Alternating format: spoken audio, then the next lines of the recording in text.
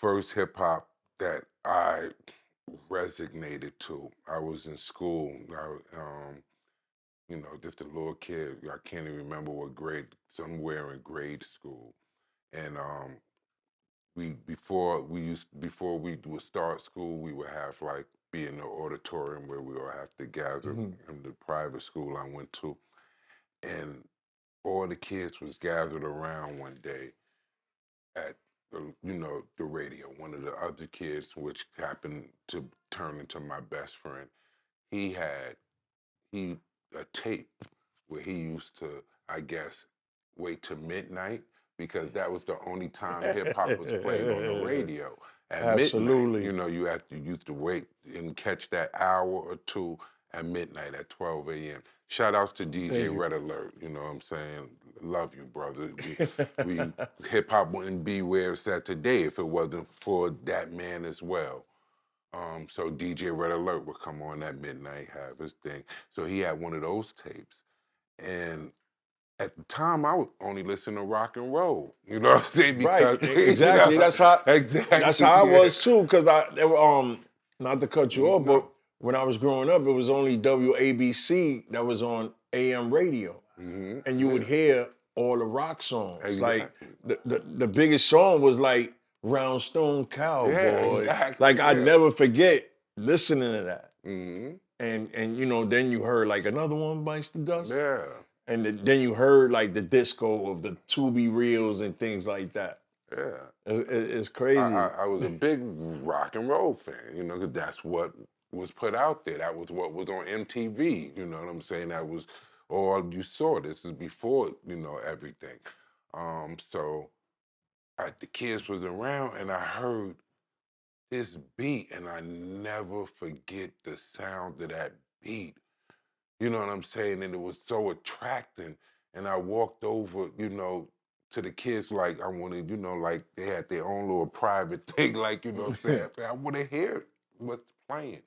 And it was Public Enemy's first, album, one of their first singles. And it was just, I'd never heard nothing like that in my life.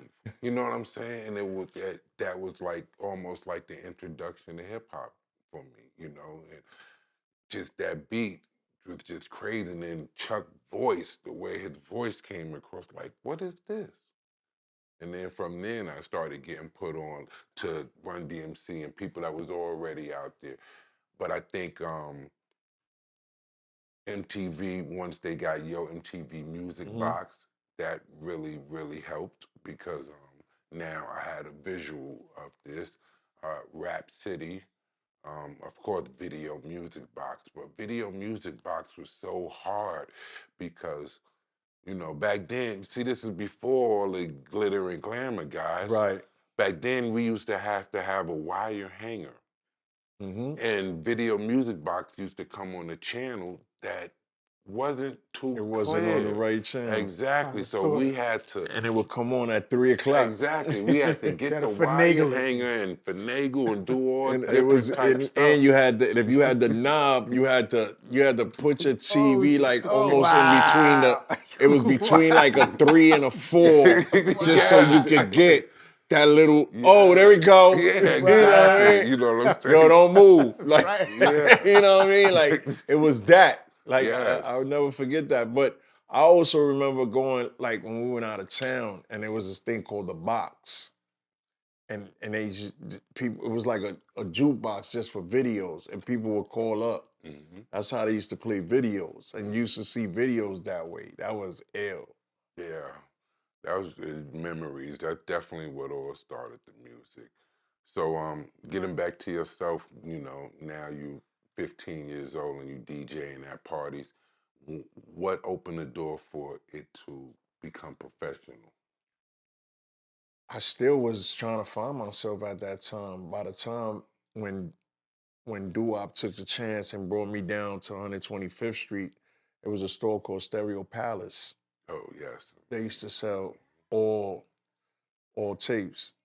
Before it was Stereo Palace, but then they changed it to Stereo Plaza. And it was right across the street from the Apollo.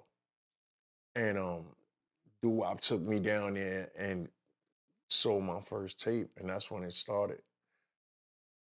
That's when I started. But right before that was watching the movie. We went to see the movie Juice. and Queen Latifah does the little interview with Q, Omar Epps. And she goes, so she's listening to his audition tape because he's auditioning for the battle. And she goes, so you do parties? It's like, yeah. You know, things around way. I do things over here. Or you local? That was it. that was it. That local part, when I came back to my projects, it's like everybody went to the movies that day. It's like everybody went to the movies that day and like, yo, you local. Yo, you local. That was hurting my heart more than somebody calling you fat. I was hurt by local more than somebody saying, yo, you fat. Yo, you mad fat. Like, yo, I'd rather hear fat than hear local. Yeah. I was hurt. But then after that, that's when I met Doo-Wop, because my next door neighbor knew Doo-Wop. She introduced me to him, and he took a chance and took me downtown. And from there on in, I started selling tapes. That's amazing. And from there, I started traveling. I started doing parties in Poughkeepsie, parties in Schenectady, parties in Baltimore, parties in DC, just off of mixtapes. Wow. And how was it going to those other states with hip hop? It was dope because at that time it still was fun. Like parties, clubs was rocking. Everything was fun. The 90s was a time. Like everybody was really partying. It wasn't no phone out and nobody sitting around being cool. It was everybody dancing, sweating, having fun. So you had that era of music that made sense for a lot of people. And the DJ always was, he was the master of those parties because the tempo of the party always relied on him. Right. It all depends on the DJ though. Yeah. Because not every DJ know how to really read the crowd. Yeah. So, that's a big problem. Like if you're not reading the crowd and paying attention, then, but also at that time, people used to say that was my favorite DJ.